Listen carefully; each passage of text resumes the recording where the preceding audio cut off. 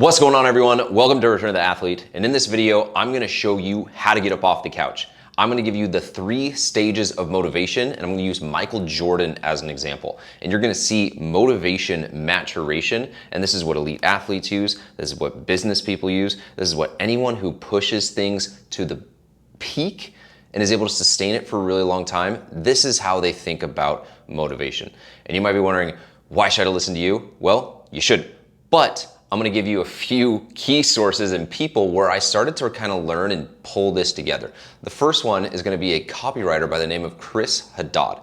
Now, you may not know him, but I was at an event this weekend, a marketing and business event, and this guy has done over 700 million in sales through VSLs and ad letters on like sales pages.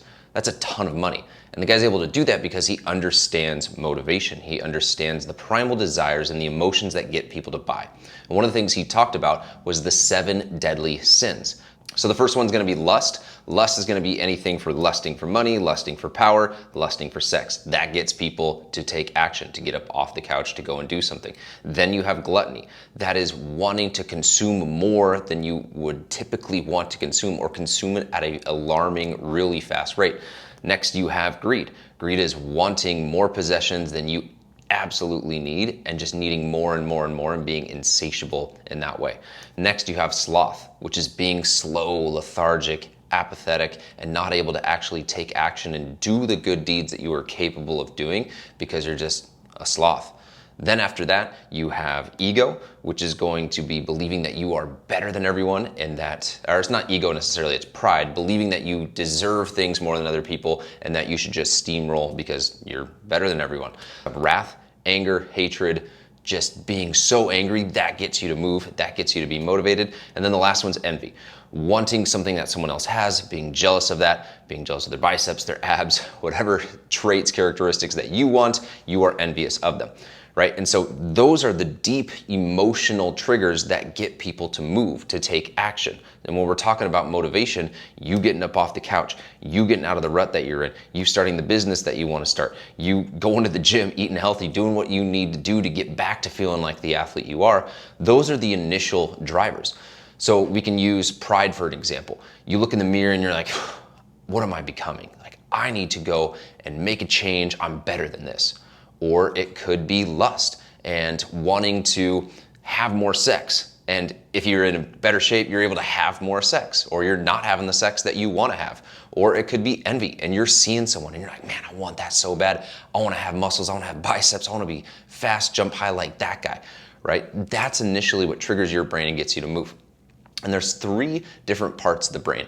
I'm not gonna dive into the brain science on this, but there's the triune brain model. And what that basically says is that you have your basal ganglia, you have your brain stem, that is your reptilian part of your brain. That is your fight or flight, that is your basically survival state part of your brain. Next, you have the limbic system, which is the mammalian part of the brain. This is where emotions pass back and forth, and that's where a lot of people are operating out of when they're making these desire-based decisions, or these emotional decisions, these 7 deadly sins. And keep in mind, they're not deadly because no one's dying from them, but where they came from is essentially biblical, I'm pretty sure biblical text and just a religious text, and it's like, hey, don't do these things, they're bad. And then the last part of this is going to be your prefrontal cortex, your neocortex. This is your rational decision making, your executive part of your brain. This is what humans have. And this is what makes us do things logically. And any good marketer knows, or anyone who's ever bought anything knows, that you buy with emotion, that motivation comes emotionally, and then you justify it with logic. You make a decision based off of, at the primal level, a deadly sin, and then you justify it with, oh, well, I got this coat because it's going to keep me warm in the winter. But there is a deeper motivation beneath that. And so now that we laid that out, I want to dive into how Michael Jordan used this as a young boy, as a professional basketball player, and up throughout his career. And then at the end, we'll kind of tie this into how Kobe Bryant used it as an aspirational level as well, just to kind of give you 2 different people that use this system. So the first one is emotional pain. And what got Michael Jordan to, at the beginning of his development, become the person that he was, we've all heard it, is when he got cut from his basketball team. But it was more than that. It was also for the approval of his father. He said, when I got home and told my mom that I was cut, I was demoralized. They cried together. This is all going to be stuff that you can go back and watch in The Last Dance. He says, I always felt like I was fighting Larry, his brother, for his father's attention. He wanted approval from his dad, and his determination was to simply be better than his brother. And when you're young and you are moldable, you can really use that as leverage, and that's something that probably drove him his entire career. But that's a very primal reason to start doing things. It's a very emotionally driven reason to do things. And we all know that Jordan is one of the best at creating some reason to say, all right, I'm going to make that my reason. You're done. You're dead. I got you. Right? And so, but that is an emotional state. And so I want to tie this to how people make a change to get up out of the gym, how they make a change to get up off the couch, get into the gym, how they make a change to start to eat healthy. They look down and they're like, oh my gosh, I'm so fat. I've let myself go. I'm not where I want to be. I'm so unhappy. I'm in so much emotional pain that you then take action. And this is where people yo-yo and go back and forth, back and forth, back and forth, because they do enough to get out of the pain. As soon as they start seeing results or they're out of that emotional pain, they stop doing what got them there, and then they rescind back. They do the thing to get out of pain, and then they rescind back. And that's this yo-yo cycle that people find themselves in, and that's why you're stuck. That's why you feel like you're spinning your wheels, because you're only getting the first stage of emotional pain for motivation. You're not taking it to the second and the third step. The second step is going to be artificial pain. And now we see this a couple times, multiple times in The Last Dance, but Michael Jordan used it incredibly well in two examples. One's going to be with LeBradford Smith. So this is going to be the part where LeBradford came into the Bulls arena, dropped 37, and Michael Jordan said that LeBradford Smith slighted him. He said, nice game, Mike.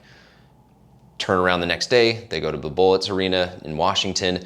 Jordan just eviscerates the guy. Absolutely destroys him in the first half, has as many points as he had in the entire game. And it turns out that he never said anything. And what artificial motivation is, or artificial pain, is future pacing and saying, this is going to be something that I'm going to experience if I don't take this action now. It's like saying, if I don't save now, I'm not going to have money for retirement. If I don't work out right now, I'm not going to have the body I want at the beach. If I don't go and study right now, I'm going to get a bad grade. The pain hasn't happened yet, but you can project it and know that if I don't do something, all right, well, that pain is going to come. And so that's artificial motivation. He did it another time with the guy that Jerry Krause really wanted, the guys from the Suns, where he was basically saying Jerry Krause loved Dan Marley. And he wanted to show that he was so much better than Dan Marley. And just because Krause liked him, it was enough for Jordan to absolutely go off on him. He said, if I don't do this, then they are going to consider him, Dan Marley, on the same level as me. And so I hope you're starting to understand, if you wrap your head around something that is in the future that you want to avoid, that can also be a motivator. That's what gets you up out of bed. I'm going to get up out of bed and work out because I don't want the pain that I know is coming, which is different than the emotional pain of being in something right now, which gets people to move. Fear, extreme emotion gets people to move. I wish it was the other way, and that aspirational things and wanting to be your best self got you to move, but at the end of the day, it's got to be some emotional, primal reason that gets you to move right away. But then this is what separates the people that are able to have long careers, and this all connected for me when I was listening to Ed Mylett and Alex Hormozi talk on a recent podcast a couple days ago. If you don't know Ed Mylett, he's one of the biggest podcasts in the world, one of the biggest motivational guys in the world. And then Alex Hormozi is 32, one of the best business people on the planet, and he's absolutely blowing up. He's the business version of Andrew Tate. And so what they were talking about is they were both driven by wanting to prove their father wrong when they were entrepreneurs at a very young level. But there comes a point where that negative emotion, that negative energy, that negative motivation no longer fuels you, or it's so negative that it starts to eat you from the inside.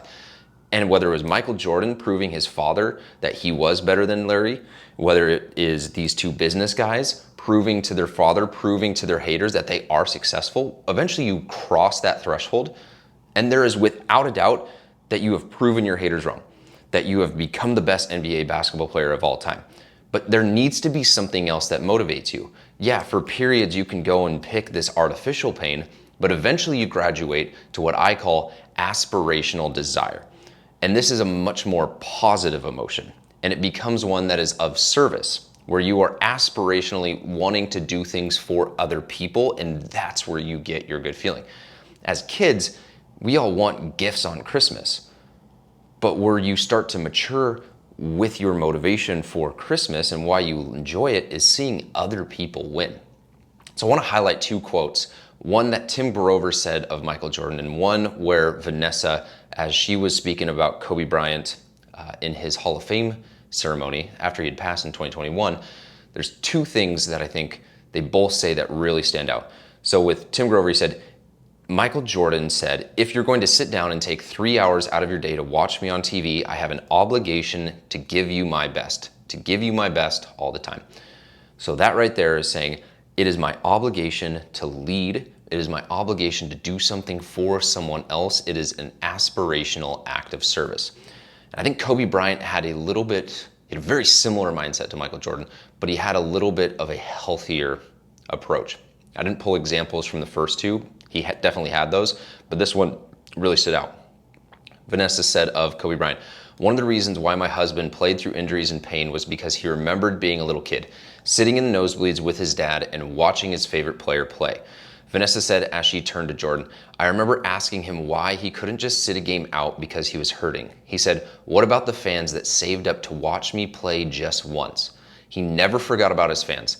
If I could help it, he would play every minute of every game. He loved you all so much, right? And that is the maturation of motivation that the elite, that the best of the best, the people that are able to sustain it for a long period of time get to. It now becomes a mission of service. The reason why he's training in the gym at 5 a.m., doing these things that initially the emotional pain got you to, you're able to sustain it a little bit off of the artificial pain, but then it becomes this vision. And in the end, it's always better to be the lion chasing the gazelle than it is to be the gazelle running away from the lion. I'll say that again. If you're the gazelle running away from the lion, you are the person running away from pain, but eventually you will get caught. If you are the lion chasing the gazelle, the lion's always hungry. The lion always needs to eat, and it's not gonna stop until it gets that gazelle. And it's gonna get the gazelle the next day, and the next day, and the next day. And when you have that vision, you have that big mission and your reason why, and it is tied as an act of service, and it is aspirational in nature, that's when you're able to do it for a really long time. And those are the three stages of motivation maturation. That's all for now. Thank you so much for watching this. If you got value out of it, be sure and share it with someone. Be sure and subscribe so that you can get more content related to this. I also have a Return of the Athlete podcast, YouTube channel, a Facebook group where we got essentially a locker room of guys that are or were athletes that are getting back into their mission, back into the game. And if you want to learn more about the Return of the Athlete program that I got going on, there's going to be a link in the description as well for you to check that out. You and I will have a personal one-to-one conversation as to what your new mission looks like and how you're going to train, fuel, recover, and ultimately study yourself to get there. Thanks for watching. I'll catch you guys next time on Return of the Athlete.